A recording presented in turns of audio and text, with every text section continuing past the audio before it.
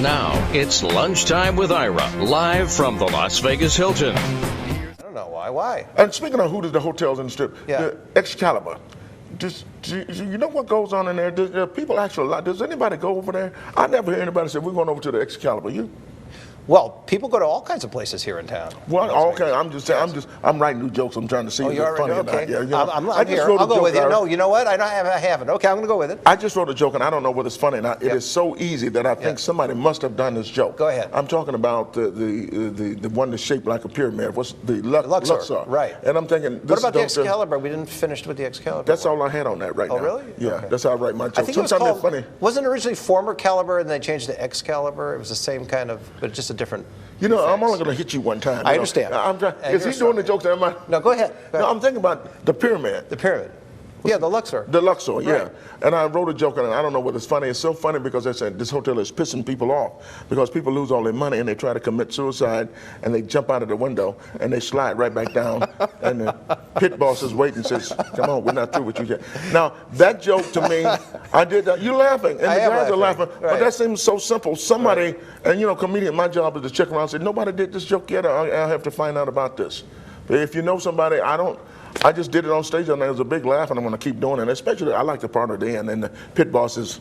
Oh, yeah, absolutely. They're down at the chute ready to bring it back in. So I'm trying to write a joke on every hotel in the city. So now when you are writing, because you're creating all the time, trust me. Yes. And let me share something with the audience too. George Wallace, in addition to headlining at the Flamingo Las Vegas. Every night, 10 p.m. Every night, 10 p.m. except Sunday, Monday. So it's not really every night. Another technical correction. It's every Mr. night that Wallace. I'm there. Oh, there. Mr. Yes, Ira. you're right. Thank You're right. you.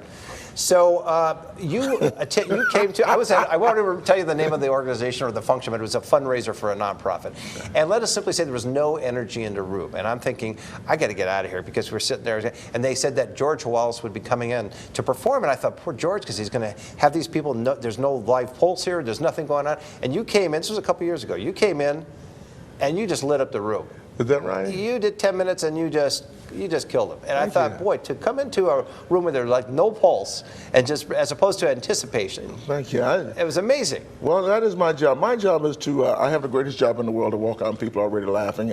And I'm blessed to have the talent or the ability to make people happy. I think when anybody walks into a room, there should be a cause to put a smile on people's face. If you walk into a room and you don't cause people to smile, then maybe you just should have that personality and persona about yourself that make people happy. That's our job, is to give back and make people happy. So let's discuss before. My job is better than the doctor. When you leave my show, you feel much better than you do when you leave the doctor's office. And that's why I'm on this earth, and I believe that is a blessing. It's just so nice. And that's why, ladies and gentlemen, that medical insurance now covers George Wallace's show. Yes, it because does. he can heal you with his humor. Yes, it do. I wish I could get the money from the insurance. I should do that. There you go. See, I've given you the ideas here for the show. You go to the doctor, you get a, what do you call it? A shot? No. No, well, I'm going to give you a shot, prescription, yeah. And you come down and I give you a humor prescription for George Wallace. It's the best medicine in the world. Why can't I get some money, copay or something like that? Exactly. Yeah. Now, before we take a break, I've got to ask you a quick question about the beret, because there's one on your head. Yes. What, is that your trademark? Well, I don't. They say it is. I've been wearing it for some long time. Do you have a head condition? No, I got hair. All right. Is it still up there? It's Did I there. put it on It's still there. sideways? No, it's still there. No, it's fine. Your ear just fell off. No, it's fine. Well, So let me put it back on. Hold on a second. There you go. Are they back on? Yeah, everything's fine now. Why do you have the? Why did you decide to wear the beret? Why did you decide not to wear one? I decided not to because, in deference to you, I couldn't. I just had the hat on. I don't know why I started wearing this back in New York some years ago, and I just keep it on. I don't know. I don't know. I apologize. I don't know. No, don't apologize. I think it's part of your trademark now. And they're free. And what's amazing, ladies and gentlemen, is that the beret was invented about the same time as chickens. So we're going to take a break. My guest is George Wallace. God, we're definitely taking a break. He's headlining at the Flamingo Las Vegas every night at 10 p.m., except the nights he's not there, which traditionally Sunday and Monday. Well, at least you didn't say I'm dark on Sundays and Mondays. No, Sunday and Monday. Because I'm dark every night. This is Lunchtime with Ira. We'll be right I did back. that joke. I know it's a cheap joke, but I did it. We'll be right back.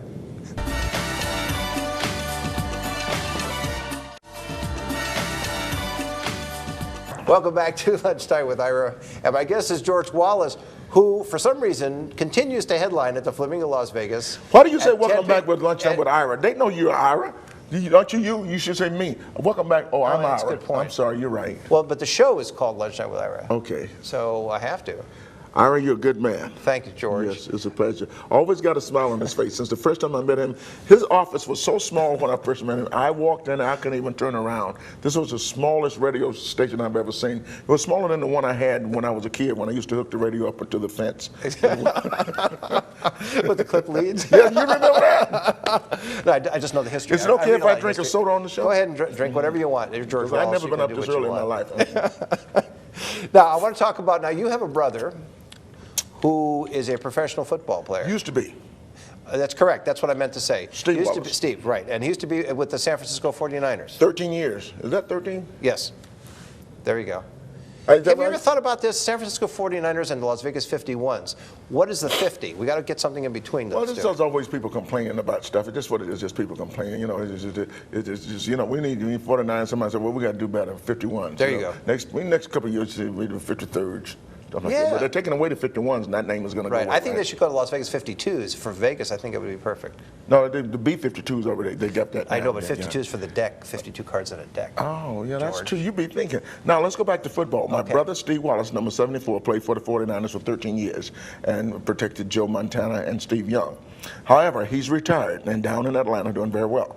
My nephew, a money tumor, which is from the Bay Area, a money tumor, number 81, plays for the New York Giants. Steve Wallace used to take care of him when he was playing football up there and bring him to all of the games and things like that. And now he's the great wide receiver for the New York Giants. My other nephew is Bobby Hamilton, that played for the New England Patriots and the Oakland Raiders and the New York Jets and the Cleveland Browns. He has 2 Super Bowl rings. So in my family, I think I might have the most blessed family in America. 7 Super Bowl rings, 7 Super Bowl rings in my family. And you know, because I'm from a large family, you know, and both my grandmothers had 21 kids, and that's 42 kids. And I saw my grandmama this weekend, and she's pregnant right now. And so just a lot of kids. I see. Just a lot of kids. And she's 103 now. You got any grandparents? You got any older people than Yes. you in your family? Yes, I do. My aunt's What do you 103. mean? I'm not exactly like, ancient yet. Yeah, but our age, I got my grandmother's 103, and she's still, you know, cussing and telling jokes, and she likes to cook for people when you come over. Let me cook, and maybe I'm 103, maybe my last time, and I'm just thinking, you know, if I eat her cooking, it could be my last time. I'm not going to eat that old lady's cooking hour. I don't care what you say. I'm not going to. I mean, I won't force you, George. I will not it's force kind of like you. even your parents, even your mama doesn't cook like she used to cook. Right. It's something old people lose, as you know, and her glasses are so thick when she read the map, she can see people waving. So I'm not, and plus I'm losing weight, and she always, let me fix you some food. I tell her, no, I'm losing weight, I'm on a diet. You're losing weight? Because I was watching Oprah. You know, you saw Oprah? Yes. Dr. Oz was on Oprah, and Dr. Oz said, a man overweight my size, every 35 pounds you lose, you can gain an inch on your manhood. Outstanding. So the next time you see me, I will have lost 105 pounds. Excellent. But I may not want to be around You're you. skinny, so you have nothing to look forward to. Now, you mentioned your family. Yeah. Okay. You mentioned your family and all the great people and the rings and the whole thing, but I want to talk a little bit, if you don't mind, just about your folks. So George Wallace, Mary Lou. Tell us a little bit about.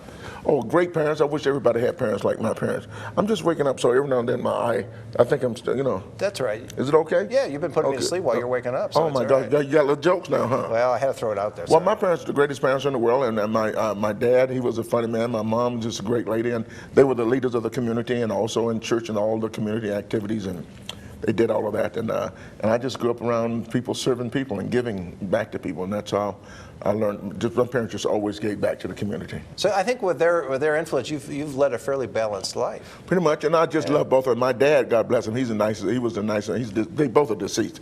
And my dad, mom and dad, they get, Mother's Day and Father's Day, I have to go to the graveside every year. And both my parents, I can honestly say this, both my parents get more flowers on their graves than anybody in that whole big cemetery out there.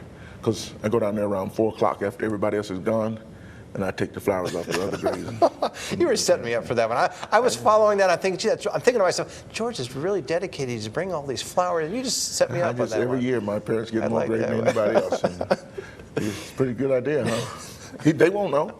I want to talk. Neither one of the people that I stole from won't know. The deceased, they won't know. Nobody will know. That's true, but it's so tacky. It's not tacky. You go down there and go, oh man, somebody really loved their folks. There's 2 graves there, just flowers, just, you know. Sometimes the florists go down and take them back. Sometimes I sell them back to the florist. Gee.